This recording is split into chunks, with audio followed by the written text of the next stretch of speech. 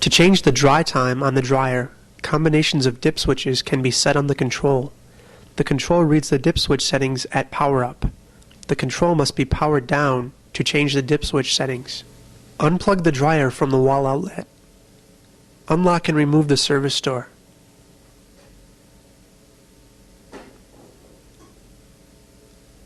Lift the control shield to access the control. The dip switch settings are located on the switch along the top of the control. There are 8 dip switches on the dryer control.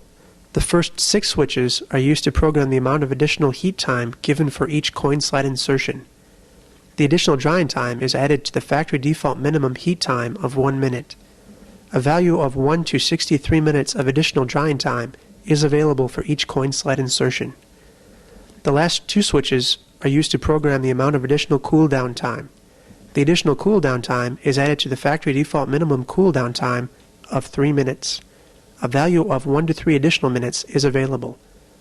The control is shipped from the factory programmed with 1 minute of minimum heat time, preset with 41 additional minutes of drying time, dip switches 1, 4, and 6 in the on position, and 3 minutes of minimum cool down time for a total of 45 minutes for a coin slide insertion.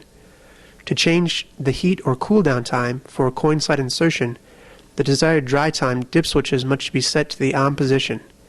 All other dip switches must be turned off. Refer to the dip switch settings table.